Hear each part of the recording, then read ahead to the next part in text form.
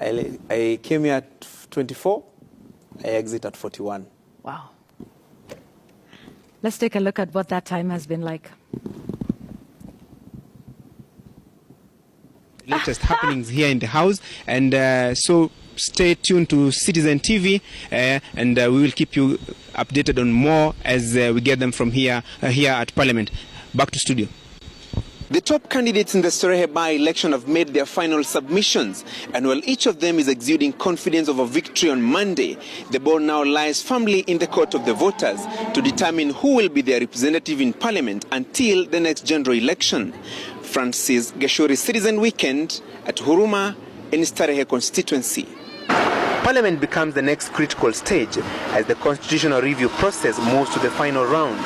The Parliamentary Select Committee on Constitutional Review ought to be well aware of the enormity of the task ahead, as well as the pessimism by many Kenyans that the political class is out to hijack the review process, and for them, failure is not an option as they embark on finding consensus on the contentious issues, key among them the system of government. Francis Gachuri, Citizen TV. Parliamentary Implementation Committee be formed and names tabled in Parliament as soon as possible. The joint parliamentary group meeting convened by the two principals seems to have worked magic, at least for now, and managed to extinguish the fires between the Greens and the Reds.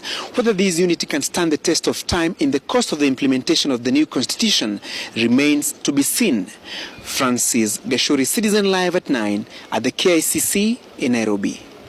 That's all for now, Julie, and remember, tomorrow is a public holiday for the International Criminal Court, so the court will remain closed. But the first witness will be taken to the stand on Tuesday, ready to testify in the case against Ruto and Sang. That's all for now.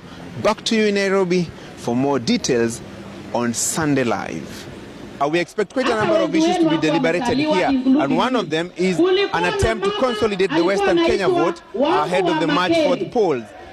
In the 2007 general election, the Western Kenya region, the majority of the voters here voted for Prime Minister Raila Odinga in his unsuccessful bid when he contested with President Mwai Kibaki in 2007.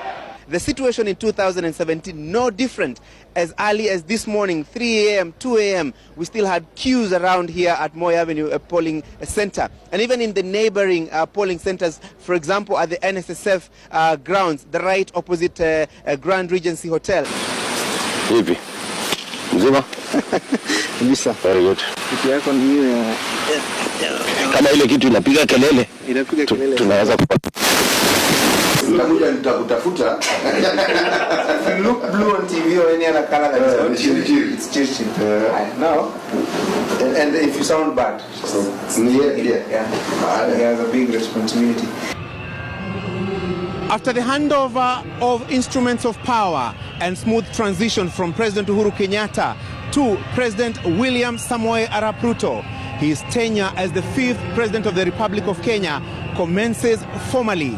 His task now is to fulfill the many pledges that he made to the Kenyan people while he was on a vote-hunting mission across the country, and leading to his successful election as the country's 5th president.